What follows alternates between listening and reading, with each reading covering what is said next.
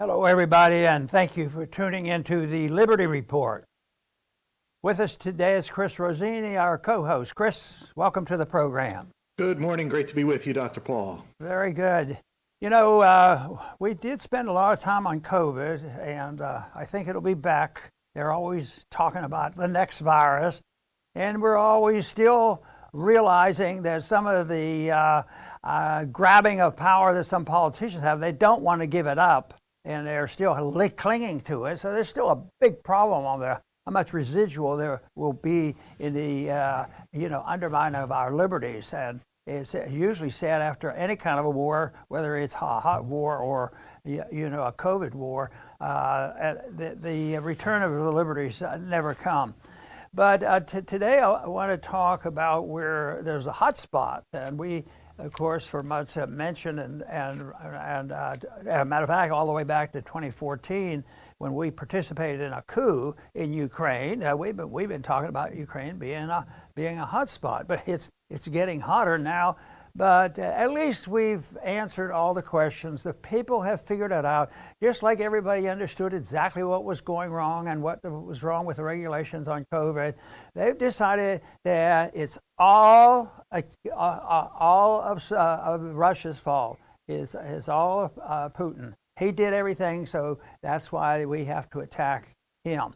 So we're in the midst of really a currency war that they won't really talk about, but we're in a commodities war going on, and it's something that's going on right now because we've been throwing our weight around. We've been doing that for years, but it's beginning to get annoying that we sometimes blunder ourselves into problems with foreign policy. Then we turn around and demand something from other people, just like our president closes down a lot of our efforts domestically to produce oil and gives us shortages, along with the shortages that occur with the inflationary system. And he's now begging and pleading that the people that we antagonize, like Russia and Iran and other places, are always agitating, how are we going to get the oil? And it's easy to see why they might not be that anxious to bail us out.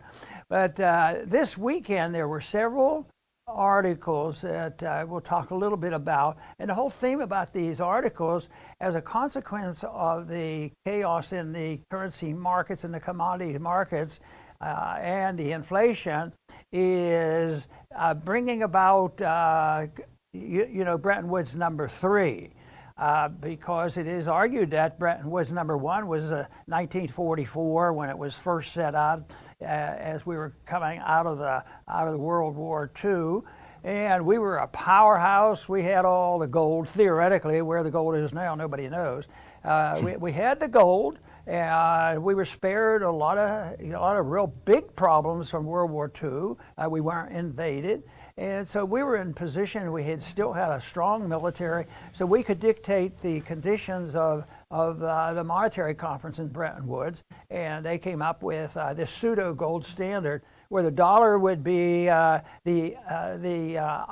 account, the unit of account, but it would not be a real gold because we weren't even allowed to own gold back then. So it was a pseudo gold standard. But because of our wealth and because that we were spared, we were able to become the issuer of the world reserve currency. And that has given us great benefit. And of course, over the years, we abused it. And the stuff we did in 1944, because we kept printing too much money and we had license to steal by just printing the counterfeit money, most good economists, especially the Austrian economists in particular, this won't work. Matter of fact, Henry Hazlitt said in 1944, it can't work. It's a stupid result, and you can't substitute for gold. But lo and behold, he was absolute right, and the day came, August 15th, 1971, which was an important day in my life because I remember it so clearly, and it confirmed the fact that the Austrian economists were right in their predictions for the 10 or 15 previous years, and Hazlitt was right. And so the whole system broke down.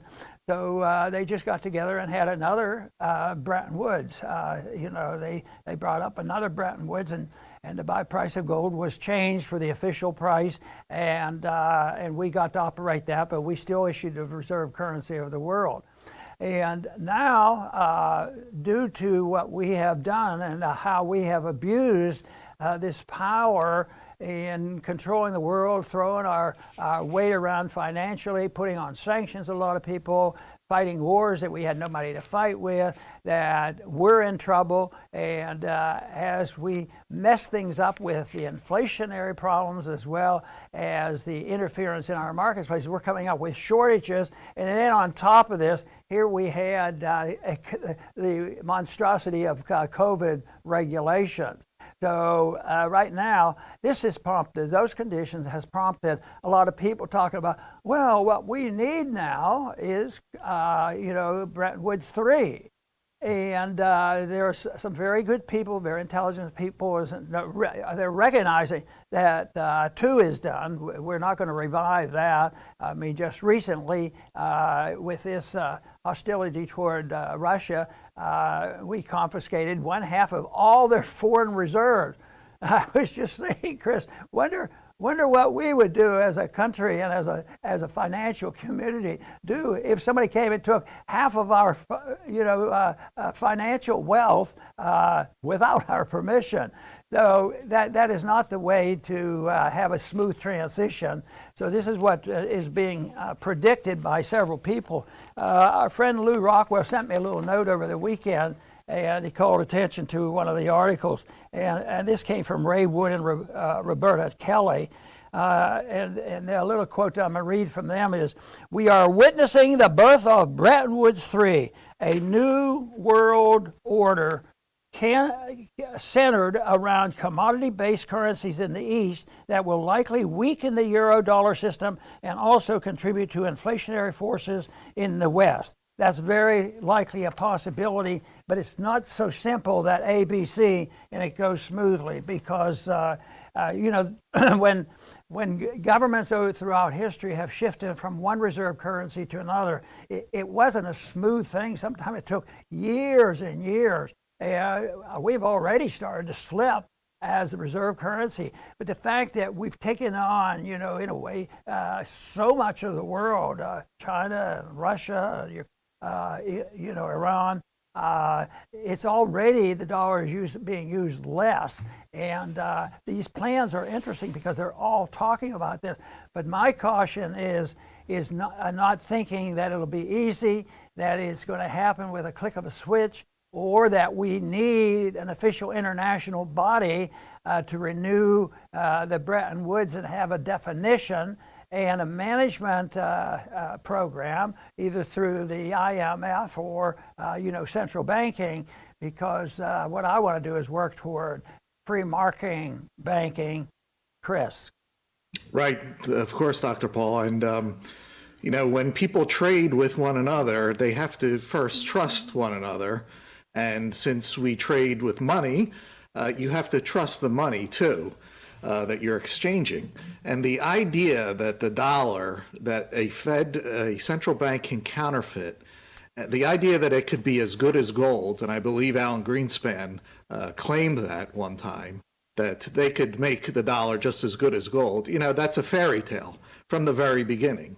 And now we're seeing the results. The Fed, and the government spending, they've created so many trillions of dollars that they have created a massive problem for themselves that they really can't manage. They can't raise interest rates or they'll collapse everything. They can't keep inflating or prices are going to skyrocket further, so they've trapped themselves, which is what central planners always do. And that's why central planning always fails, because it's impossible to do. That doesn't stop them from continuously trying, but they always fail. Now, as you mentioned, we can be on the cusp and may be on the cusp someday of going back to a commodity-based money, and that would restore, for sure, trust in money once again, because it wouldn't be subject to the human temptation of counterfeiting. And, where that would come from, whether it be out in Asia or Russia, it's hard to believe, that it would ever happen here voluntarily. But somewhere in the future, somebody's going to back their currency with money, and people will rush to it because they'll be able to trust it. I guess the future is still unknown, but we know the principles, and we know that what's happening now cannot last. Very good, Chris. And I want to go back a little bit to what I was saying about the unit of account and why you have to have a definition of the unit of account. Our founders understood this because they had gone through the runaway inflation of the continental dollar. So they put in the Constitution that the states just couldn't print money because that was a big problem to it, and only the states could only use gold and silver as legal tender. So that's in the Constitution. It's never been repealed, but it's been ignored by Republicans and Democrats and everybody else who wanted to get a free ride. But the unit of account they were very precise at the beginning of our country because they used it as the unit of account because it was already circulating, was the Spanish milled silver dollar. And in that dollar, it was similar in some ways to the amount of silver that ended up in our early silver currencies, percentage-wise. But the dollar had 387 grains of silver in it. And, that lasted for a long time, and they were only allowed to use gold and silver. And they bounced around, and they had bimetallism. They had some shortcomings. They did suspend it over the years, but they really did pretty well with it. But systematically, though, from the very beginning, as soon as we had the Federal Reserve, they started monkeying around by not honoring, the unit of account.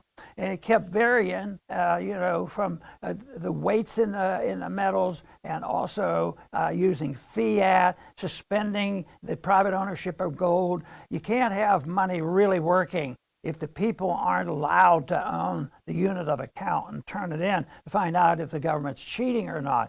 So this has gone around, but not a lot of people talk about, well, what will the unit of account be and what is its definition? Now a lot of people say, well, this is the reason you have that is that prevents inflation. And in many ways, it prevents the excessive printing of money, and which leads to the prices going up.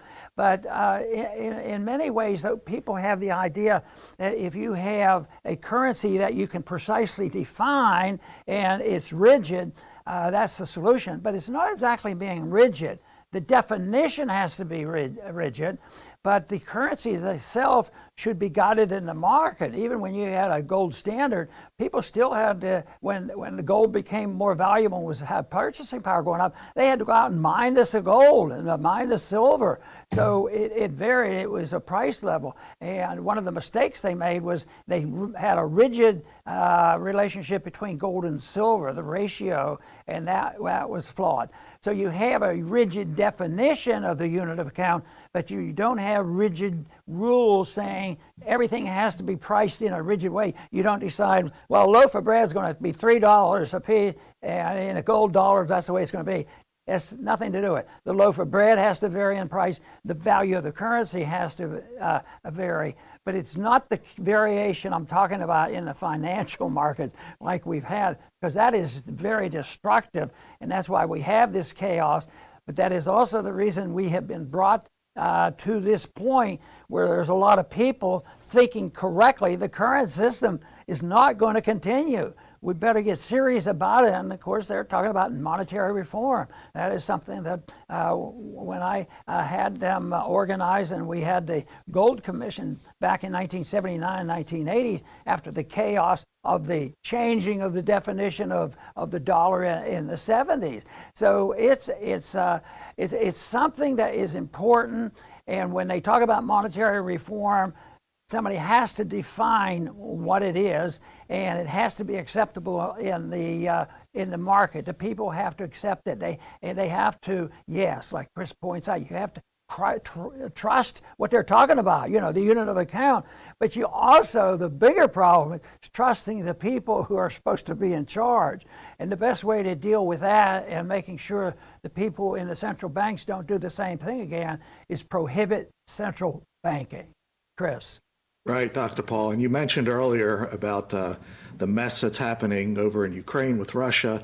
And it's obvious that there's a pile on Russia, our country, and other countries from the West, making them into a mortal enemy.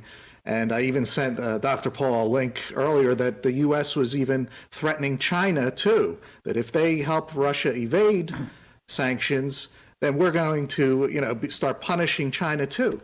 I mean, think of, they're going to make another enemy of both Russia and China. I mean, do Americans realize economically what this means? I mean, Russia, as we've mentioned before, is a major commodities producer. Commodities that are used to make, especially food, with wheat and gas. And China, they manufacture virtually everything. I remember going with my wife into a store, and we were specifically looking at products to see where they were made, and it was almost across the board China. Basically, here in America, we sell things to each other that are made overseas. We don't work in factories here. I think I know one person that recently has worked in a factory. I've never worked in manufacturing. It was never even an idea or even an option. Where would I work? What factory? Now, that doesn't mean it's non-existent here in America, but by and large, we do not make things here. We manufacture debt, electronic debt, Fed digits, and then we use those to go buy from around the world. Now, is it smart to now go picking fights and threatening our suppliers, the people that make things, and send them to us? I mean, I don't think we're in such a strong position, everybody's in debt here, to be threatening and making mortal enemies out of these people. And threatening, you take the neocons, they'll even threaten war with them. There is no law that says that China has to sell to Americans. They have 1 billion people over there that they could buy their own products. There's 1 billion people in India. Russia has 150 million. There's no reason that they have to ship everything across the world that we're entitled to buy from them. So it's probably not the best idea to be making mortal enemies out of these major producing countries. Just like whether it's a trade war or if there's a war going on, a hot war, one that's stirring up in a bad sort of way in Ukraine, just a few years ago, 2 years ago or 3 years ago, the concentration in the news was how bad China was. I mean, it was really, really bad. It was hate China, hate China. But, all of a sudden, most of the hate now is going to Russia. And, of course, what is done, where sometimes there's a little bit of separation between the two, they are been forced together to set this potential standard of having a monetary standard, so the Russians and Chinese are getting along a lot better. But the Chinese, have received a lot of bashing from us. But we buy the stuff. I always wondered, how do we get away with blasting them? Because we undermine a lot of the things that we do. Then we go, and the one thing, because we abused the privilege of issuing a reserve currency of the world, which meant that it had sort of an automatic extra value to it, and it's been used a lot, so people trust it more. So we did that, and they. We started, China was doing better, and they wanted to sell us goods. They were more entrepreneurial than some of our companies, and so they weren't competing. So what did? We took that junk money, the fiat money. The money had no definition, and so we bought their junk stuff. And, and yet they ended up with the money. And I think they're going to realize that, just like Russia and other countries, all of a sudden, their bank accounts have been drained. All their money has been frozen. Then later on, we might decide to give back the money we confiscated, like with Iran. We said, we're going to hand back the money we took. We want to have better conditions, relations with you. So people get hysterical and they say, oh, we're subsidizing Iran. And all we're doing very often is giving back these countries money that we froze when we decided to have a trade war with them.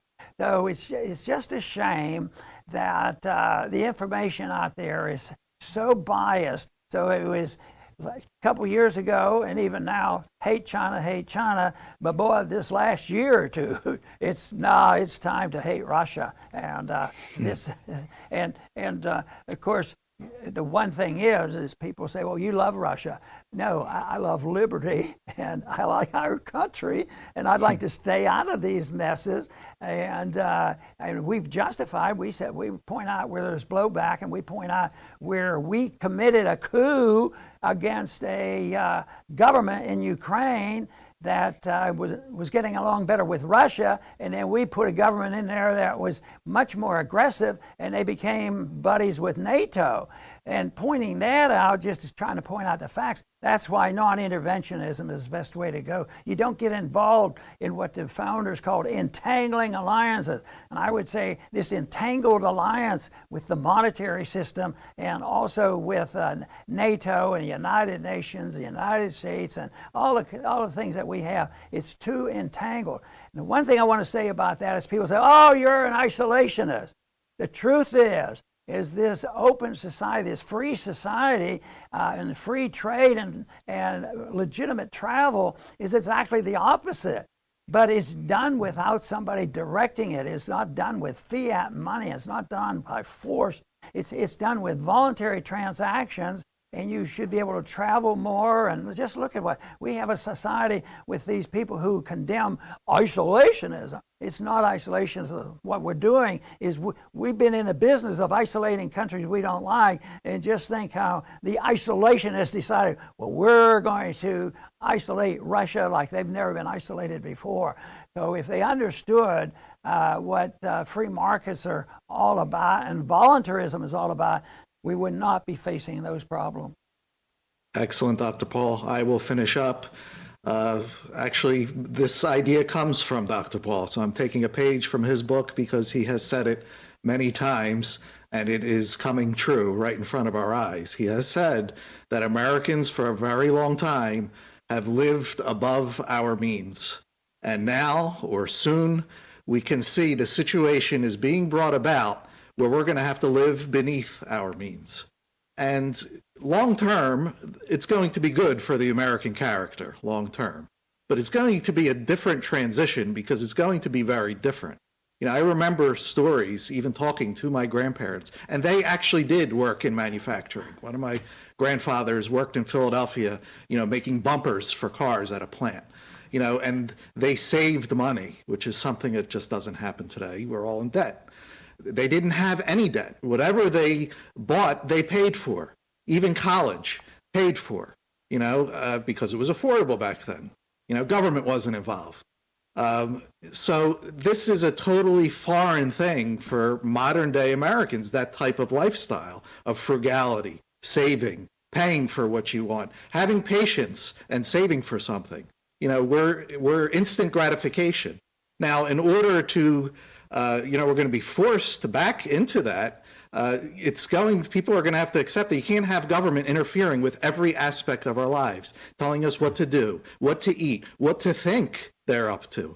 You know, government will have to shrink drastically. And again, that's all for the good. That's the way it should be. Government should not be the way it is. And many people today, unfortunately, they believe government is like their parents, you know. So it's going to be a major adjustment, and Dr. Paul has said we're going to have to live beneath our means because our government is even bringing it about themselves with inflation, with attacking verbally and with sanctions economically, people that supply us with goods. I mean, we're going to have to endure economic pain by going down these roads. Hopefully it ends up, the ideas of liberty pick up somewhere. We're keeping them alive here. We're not the only ones, of course. And hopefully America has a bright future with a much smaller government in the future. Very good, Chris. I'm going to finish up with a couple quotes. This one quote comes from Eric Peters of One River Asset Management. And he's a hedge fund CIO, but he got a headline in Zero Hedge yesterday. See, he said the golden era for central banking is ending, and a global great famine is coming, so he's throwing that in too. But we've heard about, food prices going up, people can't afford them, shortages, all these kind of things. And that's really what happens when you have the runaway inflation. People can't afford things, and it just disrupts. It's just the opposite of a market. It's totally controlled by government, and you're seeing the result of a controlled market, and things fall apart. And that's why the market economy, even when that unit of account is rediscovered, after war in very tough places that had been close to the fighting, they end up using money, but it's usually just something they grab in the air that has real value to it. The people could figure it out on what to use. But what we need is freedom of choice, so that we can pick on that. And it could, I think, the big companies could use the commodities. Even if there's a government agency, if you could guarantee they were all honest and upright about their doings, yes, they could, because it has happened in the past where governments were a little bit more honorable and they protected the unit of account, and it lasted for a long time. Some gold standards lasted for hundreds of years. The Bizant is one example of lasting a long time. There's one other quote here that I wanted to use too. It's the U.S. commodity crisis to give rise to a new world order, says Credit Suisse Zoltan Pozsar.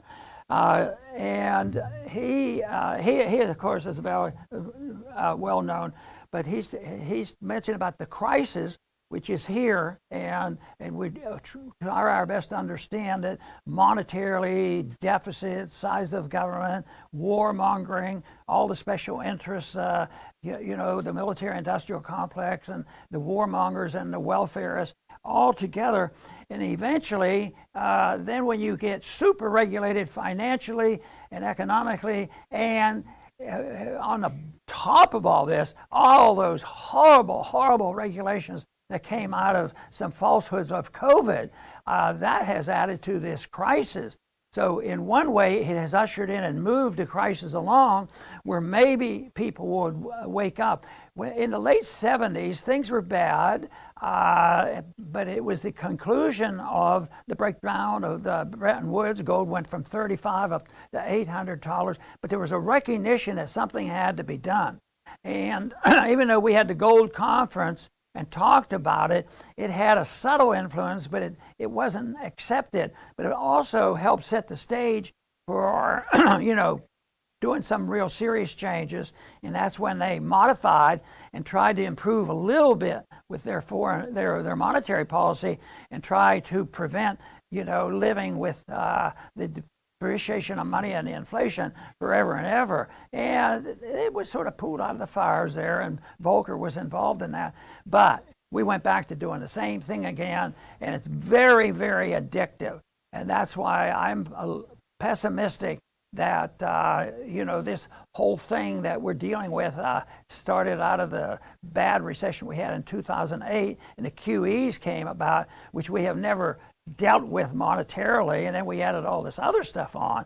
So that I think is much worse. The conditions are much worse and much more dangerous than they were at the end of the 70s, because there's been still a lot of people taught Keynesian economics, and the famous statement was to epitomize exactly what was happening in 1971. That was under Nixon. He says, I didn't hear these words, but he says, we're all Keynesians now. He knew something about economics. He knew what Keynesianism was. It was almost like a confession, because yes, they all were, and they went along with it, but it didn't last. And they were able to bury it, and they were able to get confidence back to some degree. And now we're seeing the consequence of this, because it is an addiction. And believe me, just going cold turkey and getting off that addiction, very, very tough. The politicians aren't capable of doing it, and the people would not accept it. So people have to understand it and prepare for it. It can only be changed when we get a prevailing attitude of insisting on monetary reform and do what the founders did at the beginning of our country, by realizing that they just had gone through the runaway inflation of the continental dollar and put some strict rules in there, and which haven't lasted, but at least we know exactly which direction we ought to go. want to thank everybody for tuning in today to the Liberty Report. Please come back soon.